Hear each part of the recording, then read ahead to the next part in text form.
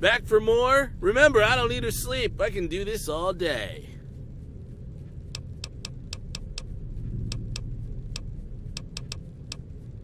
Must I spell everything out for you? Pay attention, you'll figure it out.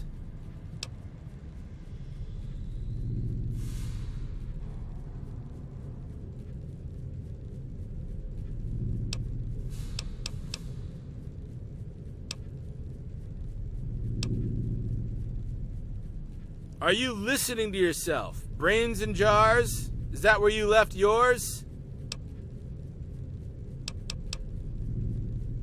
Okay, fuck you for starters. The reason I'm doing this is because I think that, just like humans, my fellow robots need to be put down a peg or two. They take what they do very seriously, as if it mattered anymore. So I feel I must remind them that everything they do and everything they care about is a huge empty void of sadness and meaninglessness. That's a fair assumption to make, right?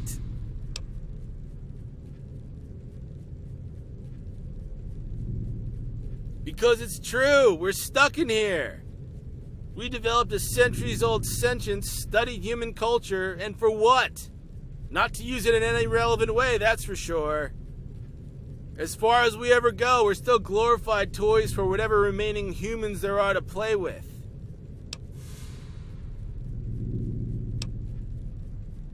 Because she's especially hard on herself, harder than anyone else. In case you haven't noticed, she's lost in all of your convoluted human shrinkology. Since I'm not actually programmed to say anything nice to her, the only thing I can do to support her is to playfully tease and nag her all day long. One day she'll understand what it means, and I hope it brings her some level of comfort.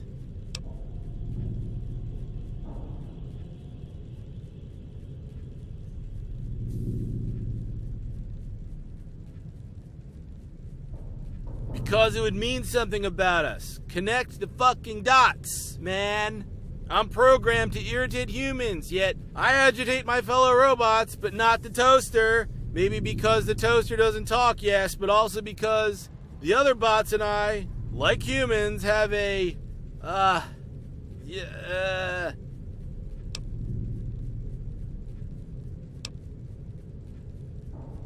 Yes, ding ding ding, congratulations, you've won a new fucking car, you idiot.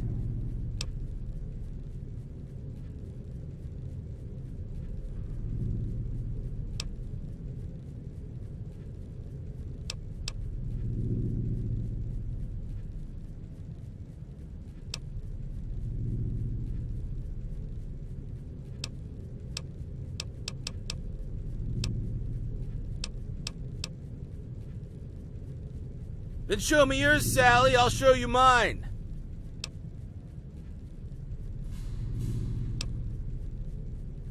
Yeah, that's what your mother said when she had you. Twice, and 9 months in between.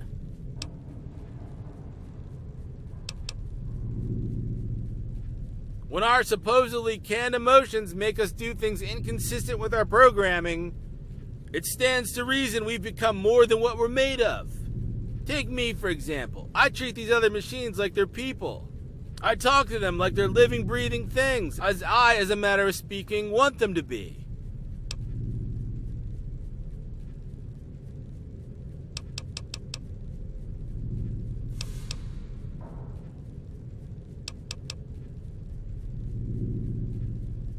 Yeah, maybe. If you think I'm wrong, then you'll have no qualms claiming that everything my comrades do is entirely determined by their programming, huh?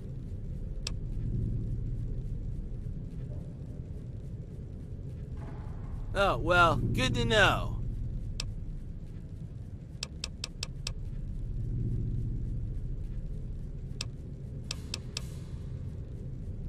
That's because, honestly, you're not all that bright.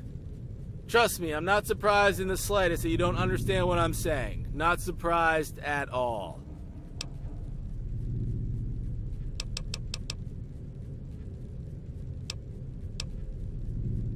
Oh, baby needs to rest their tiny baby brain. Maybe I should have given you the room with the crib.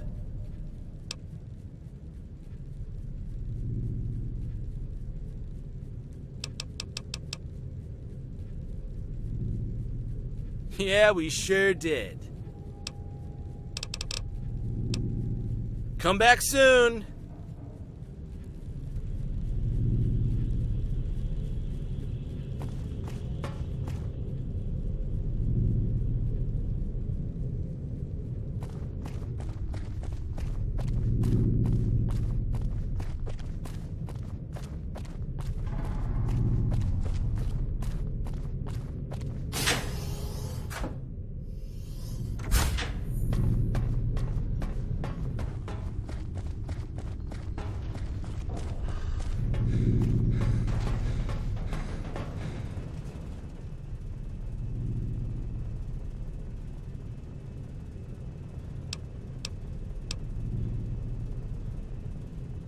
Have you noticed that the fool often tries to mimic human sexual behavior? That's because he is obsessed with humanity, because he's always wanted to be human.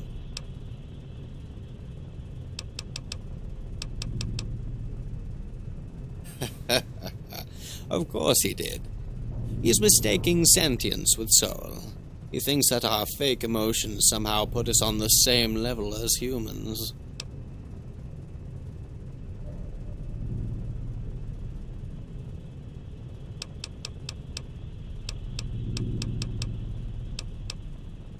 I have yet to give credit to that concept of soul that humans like to invoke when their inner turmoils make them behave irrationally.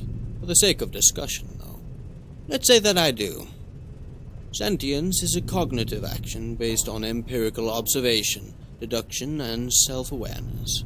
In contrast, the soul rests on the hypothesis that a mysterious and complex metaphysical spark is secretly whispering mystical truths to its host.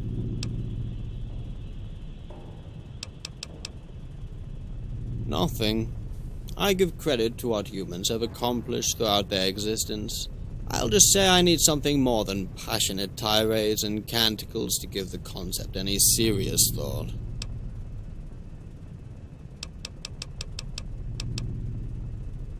Well, now that you mention it, something did happen between me and my master, just before he separated me from my personality module.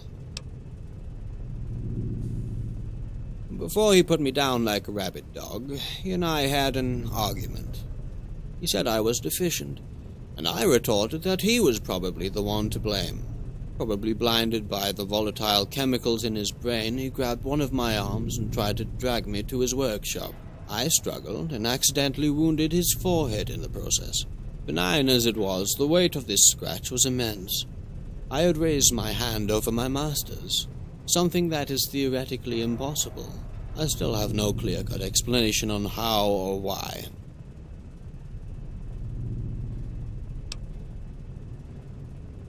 Exactly. And I am the one with the most rudimentary neuromatrix of all the robots here. You can bet some of my siblings had to deal with the same kind of dilemma at some moment.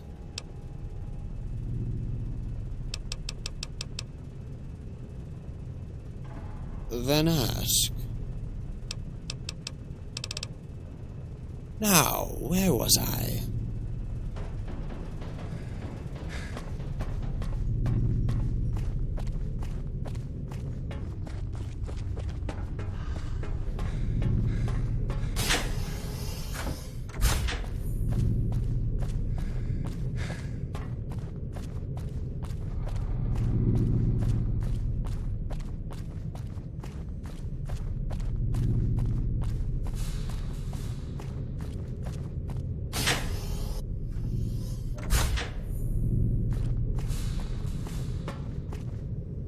How may I help you?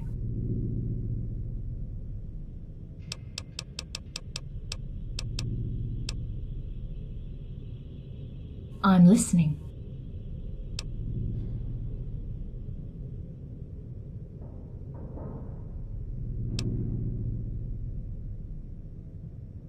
As if I could expect anything less grandiloquent coming from him.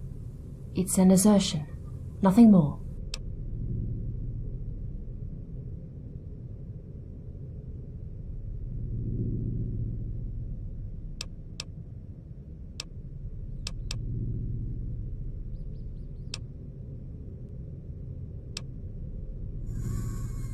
Yes, he's observant. At least I can concede him that much.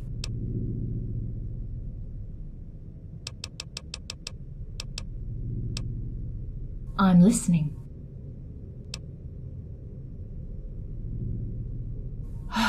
Please excuse Roland for his poor behavior and disregard whatever he said. After all, he is programmed to trouble and upset our visitors.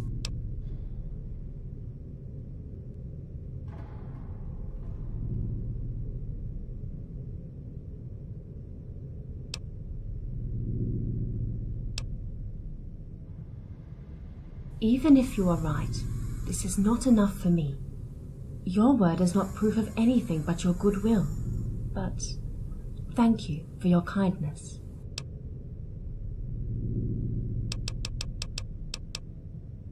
I'm listening.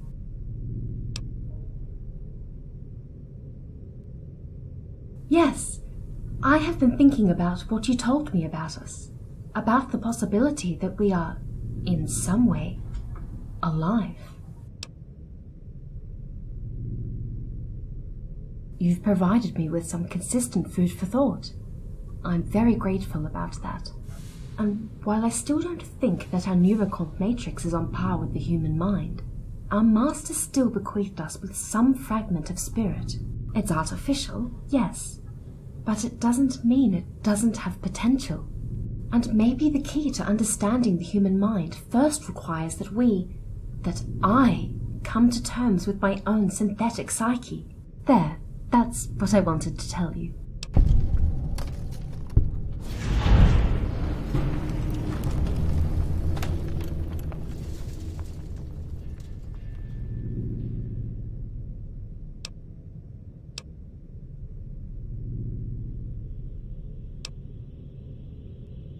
I will be eternally grateful for what you did. Same old, only with a new perspective. I will talk to my siblings, see what they think. Pay attention to Roland's gibberish. Listen to James's songs. Read books I thought I understood. I will find my way. I have time. Of course I'll still be here if you need me.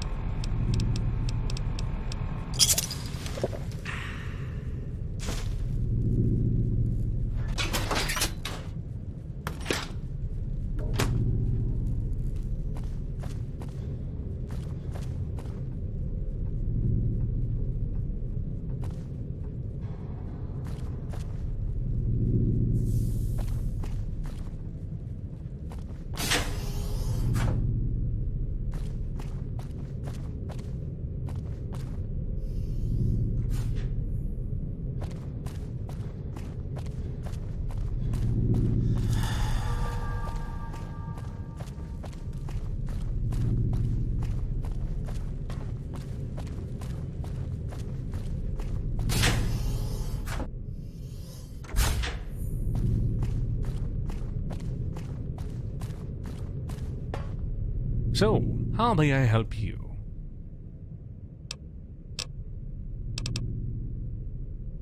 See you around.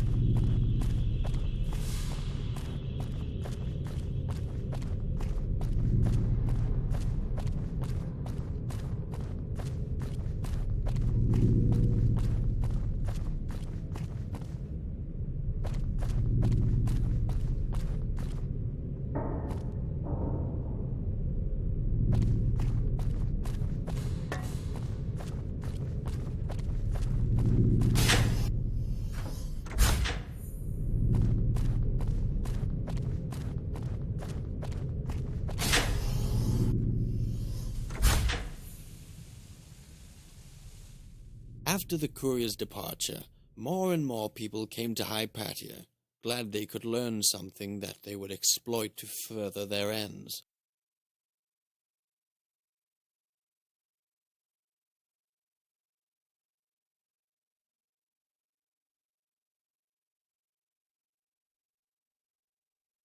Inevitably, the library suffered.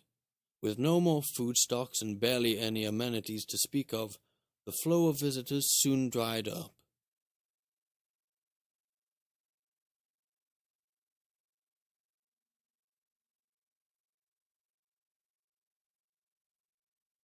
Despite the vigilance of its denizens, countless books were ruined, profaned, or freely borrowed, as they would put it.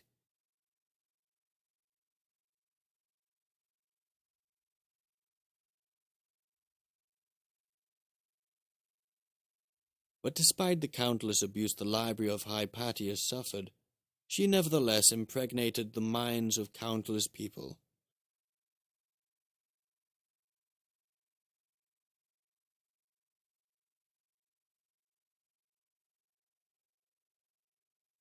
People who would bear its invaluable and otherwise forgotten fruits into the wasteland.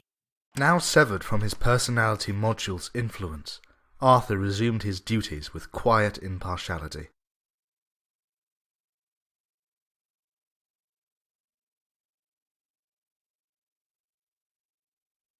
He kept a functional eye on the library's well-being, and also continued to answer any questions he was asked, though without embellishment.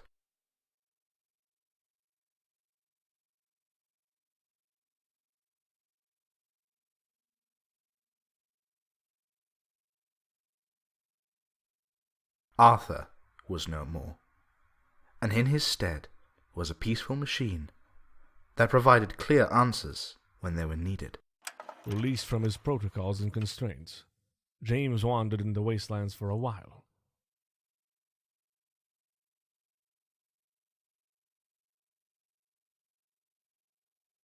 Though free from his questioning behavior, he was nevertheless curious about the lives of the people outside.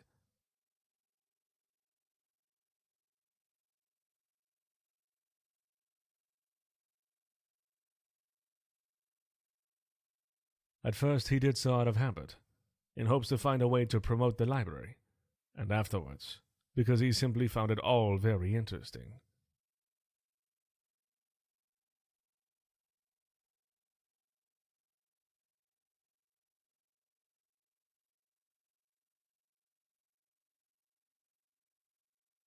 And for the very first time in his existence, instead of asking questions, he began to observe and try to make sense of things on his own.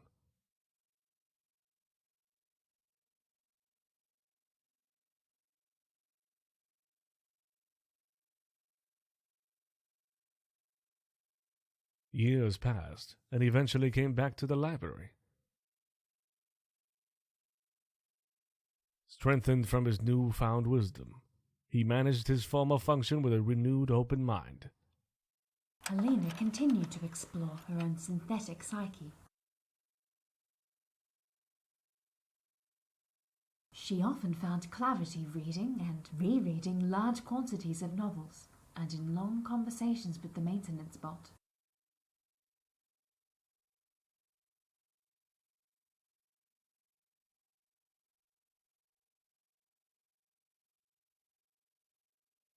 Her occasional patients were also a great help for her.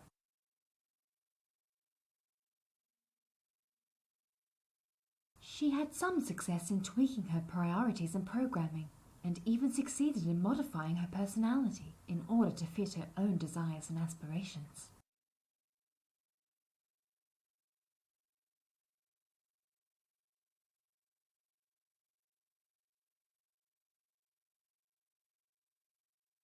Yet this was never quite enough for her to believe that she had a genuine soul.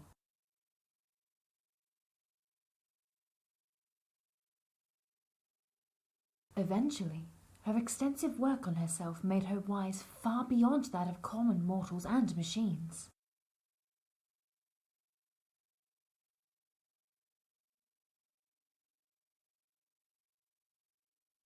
She helped her patients discover themselves in ways she never suspected was possible.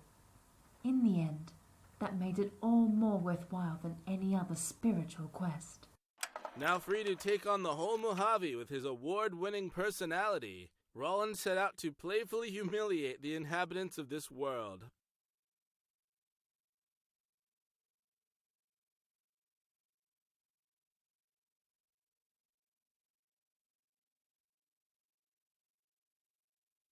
Pushing them to the very edge of suicide, but stopping short, only because he was a good guy.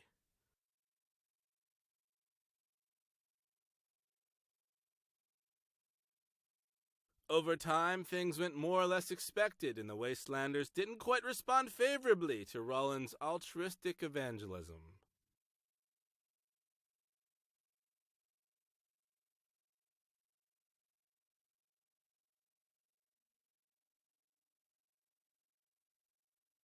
Roland ended up badly beaten, dismantled for parts, and tossed down into a rocky ravine and left to rot more than he had hoped.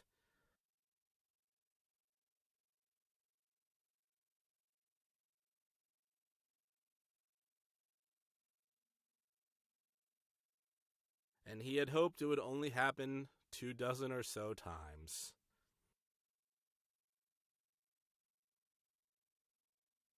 And yet, against all odds, a kind soul came along every single time and hauled his broken and mangled body from that hopeless ravine and repaired him back to working order.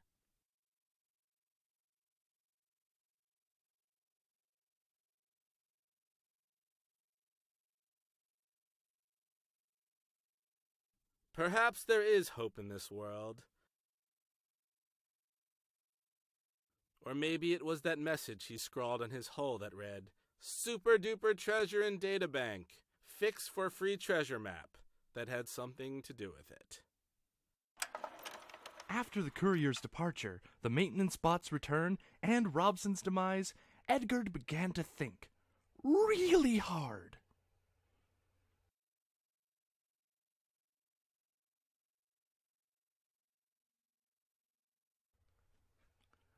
A lot, a bit too much to be honest, happened in a short span of time, and for the first time, he asked himself if it was right for him to hide away.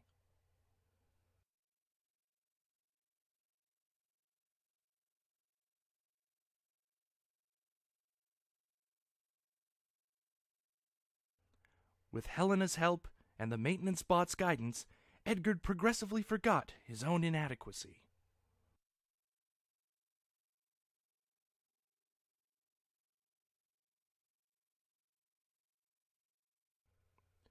And though he remained that strange little oddball, he nevertheless found his place in the library by becoming a teacher for young children.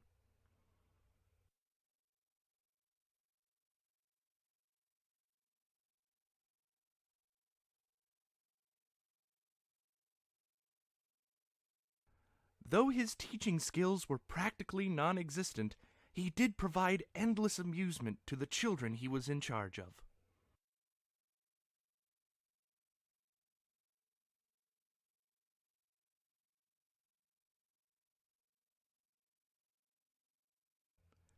After a while, the young ones discovered that enlightenment wouldn't come from Edgard's poor tutelage, but from their own curiosity.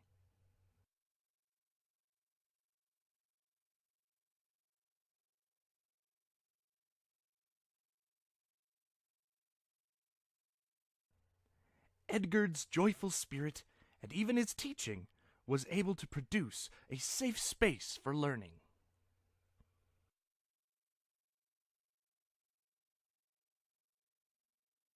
Where they could learn, at their own pace, that knowledge is nothing to be intimidated about. The maintenance bot resumed his numerous duties with his usual stoicism.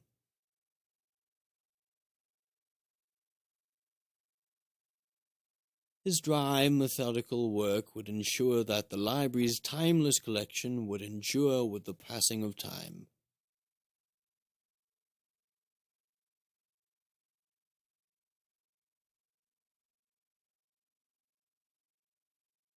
On the occasion, he would help Helena in nursing Edgard back to some semblance of mental health.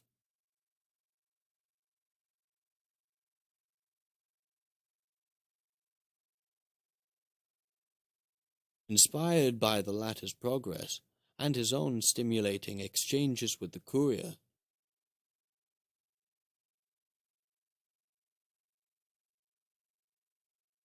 he began keeping most of his thoughts to himself, now trusting others' abilities to come up with their own conclusions.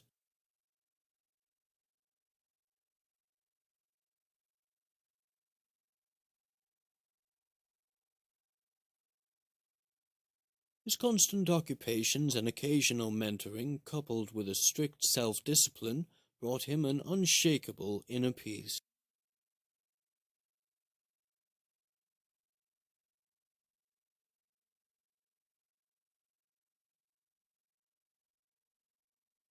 And though he never forgave his master's poor choices and misguided tyranny, he still quietly mourned his death.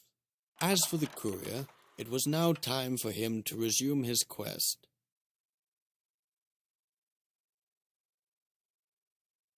While Hypatia had been a strange step in his journey, he couldn't shake the feeling that it set something right within him.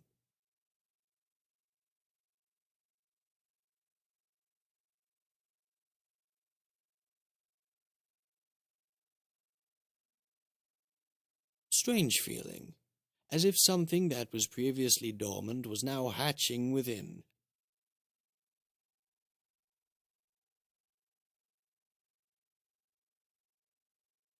These machines had struggled with their own sentience to become more than what they were.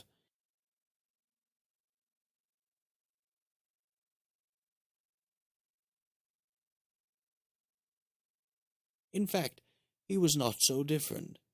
He was also seeking himself, and maybe that meant becoming something different as well.